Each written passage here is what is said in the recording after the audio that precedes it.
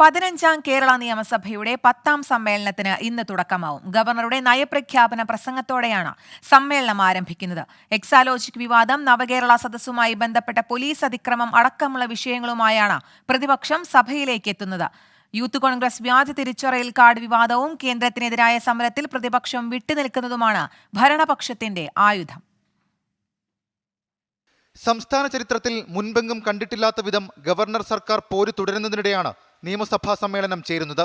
രാവിലെ 9 മണിക്ക് ഗവർണറുടെ നയപ്രഖ്യാപന പ്രസംഗത്തോടുകൂടിയാണ് സഭാ സമ്മേളനം ആരംഭിക്കുക.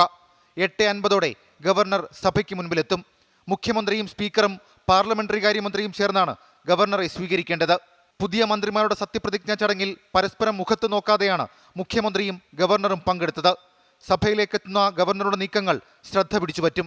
മുഖ്യമന്ത്രി ബൊക്കെ നൽകി സ്വീകരിക്കുമ്പോൾ ഗവർണറുടെ പ്രതികരണം എന്തായിരിക്കുമെന്ന ആകാംക്ഷ സർക്കാരിനുമുണ്ട്. നയപ്രഖ്യാപന പ്രസംഗത്തിൽ കേന്ദ്രത്തിനെതിരായ വിമർശനങ്ങൾ ഗവർണർ വായിക്കുമോ എന്നതാണ് മറ്റൊരു കാര്യം. ഗവർണർ ഒഴിവാക്കിയാലും മന്ത്രിസഭ അംഗീകരിച്ച പ്രസംഗം സഭാരേഖയുടെ ഭാഗമാകും. സർക്കാരിനെതിരെ ഒരുപിടി വിവാദ വിഷയങ്ങളുമായിട്ടാണ് പ്രതിപക്ഷം നിയമസഭയിലേക്ക് എത്തുന്നത്. എക്സാലോജിക്കിലെ ROC റിപ്പോർട്ട് ഉൾപ്പെടെ മുഖ്യമന്ത്രിക്കെതിരെ ആയുധമാക്കും. നവകേരള സദസ്സിനെതിരായ പ്രതിഷേധത്തിലെ പോലീസ് നടപടികൾ സഭാതലത്തിൽ കത്തിപ്പടരും. കേന്ദ്രത്തിനെതിരായ സമരത്തിൽ പ്രതിപക്ഷം വിട്ടുനിൽക്കുന്നതാണ് സർക്കാരിന്റെ പിടിവള്ളി.